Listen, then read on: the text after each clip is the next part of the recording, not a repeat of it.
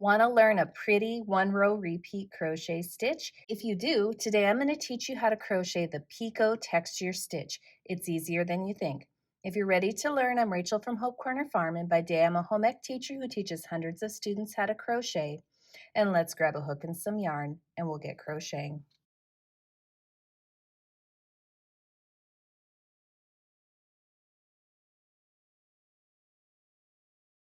Before we get started, make sure you subscribe to my channel, hit the bell so you get notifications of when I post new videos, and don't forget to give me some feedback on this video. Give me a like or a comment, let me know what I did well or things that I could improve upon. For the Picot Texture Stitch, you're going to have to know how to chain and how to single crochet stitch.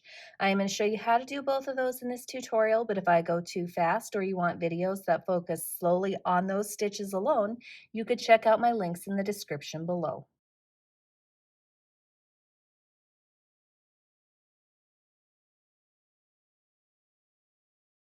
For today's crochet tutorial, I'm going to use a size J 6.0 millimeter crochet hook as well as some size 4 medium weight yarn in this teal color. Use whatever works best for you.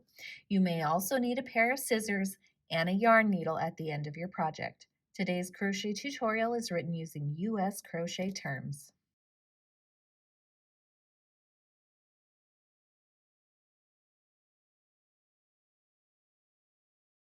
For the Picot Texture Stitch, you need to start by chaining a multiple of 3. Any multiple of 3 will do, so I am going to chain 12 for this tutorial. So here is 1, 2, 3, 4, 5, 6, 7, 8, 9, 10, 11, and 12. So again, start by chaining a multiple of 3.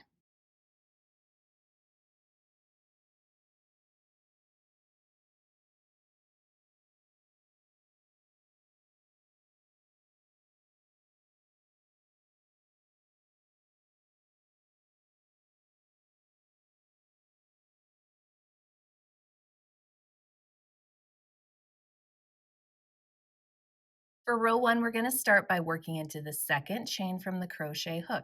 I personally am going to work into the back bump of the chain because I like how it looks, but you can work into the chain however you normally do. There is no right or wrong way for this stitch.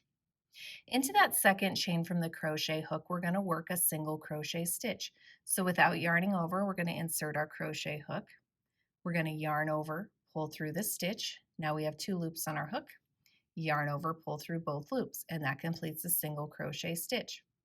Now we need to chain 3. So here is 1, 2, and 3. And then in the very next chain, we're going to place another single crochet stitch. That has completed what we call a picot stitch. Now we're going to get into the repeat for our row. And the repeat for our row is worked across 3 stitches. For the repeat, we're going to start by skipping the first chain. Into the second chain, we're going to work a single crochet stitch.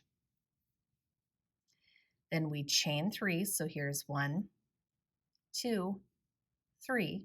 And then in the very next chain, we're going to work another single crochet stitch.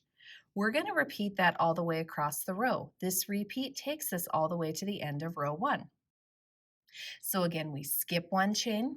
Into the next, we work a single crochet, then chain 3, and then work a single crochet into the next chain.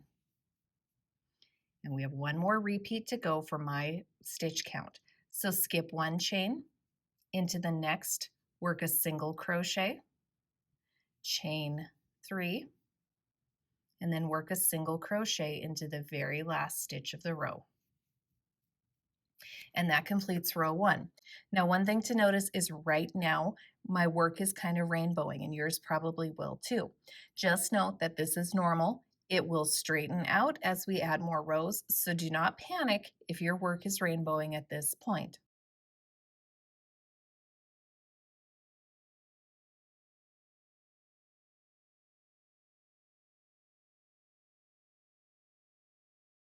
For row 2, we're going to start by chaining 1 and turning our work. Row 2 is going to be worked into the chain 3 gaps from the previous row only. We're not crocheting anywhere else other than into those chain 3 gaps from the previous row. So in here, in here, in here, and in here. Into those chain 3 gaps from the previous row, we're going to work a picot stitch. And a picot stitch is a single crochet, chain 3, single crochet. So to do that, we take and insert our hook into the chain 3 gap and work a single crochet stitch. Then we chain 3, so there's 1, 2, and 3. And then we're going to put another single crochet stitch into that same chain 3 gap. We're going to repeat. We're going to go to the next chain 3 gap, and we're going to single crochet, chain 3, and single crochet into that chain 3 gap. Go to the next chain 3 gap and work a single crochet, chain 3, and then another single crochet all into that chain 3 gap. Now we are to our last chain 3 gap for the row, and again, single crochet, chain 3, and single crochet all into that chain 3 gap. And that's where we're supposed to end row 2, in that chain 3 gap. Yes, it kind of juts in, but that's how this stitch is supposed to look. If you look at a bigger sample here, you can see that that top edge is wavy. You can see that the side is wavy, and the bottom has a slight wave to it as well. So that's how this stitch is supposed to look.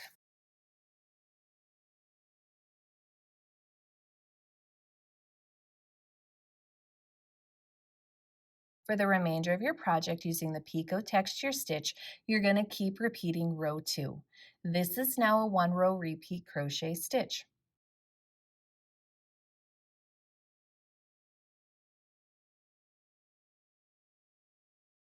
As far as the finishing stitch goes for this row, I don't do anything special to finish it off.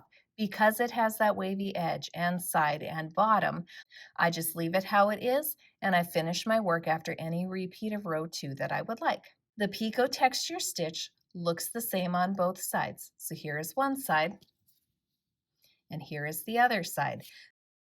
So this is a great stitch to choose for blankets or projects where you would like both sides of your work to look exactly the same. And check out that fun detail to this crochet stitch. And that's how to crochet the Picot Texture Stitch. I hope you guys found this tutorial helpful. Don't forget to subscribe to my channel, hit the bell so you get notifications of when I post new videos. And if you're looking for another fun crochet stitch to try, you could check out my spider stitch tutorial right here. And I hope you have a wonderful day.